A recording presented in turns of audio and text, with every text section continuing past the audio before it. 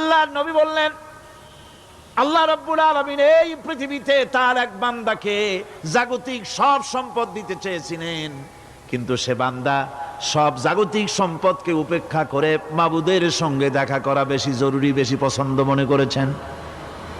এতটুকুন কথা নবীজি বললেন, কেউ কিছু বুঝলো না। হযরতে আবু বকর রাদিয়াল্লাহু তাআলা আনহু হুজুরের এই কথা শুনে কাঁদতে কাঁদতে তিনি অস্থির হয়ে যাচ্ছেন। সাহাবীরা চিন্তা করলেন, হুজুর কার না কার কথা বলেছেন, তাতে কান্নার কি আছে?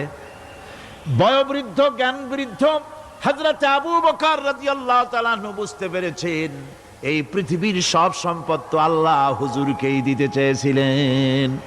তিনি সমস্ত সম্পদকে উপেক্ষা করে তার মাবুদের সঙ্গে দেখা করার জন্য প্রস্তুতি নিয়েছেন। তার মানে হলো আল্লাহর নবীর বিদায় হয়ে যাবেন, আমরা নবী থেকে এতিম হয়ে যাব।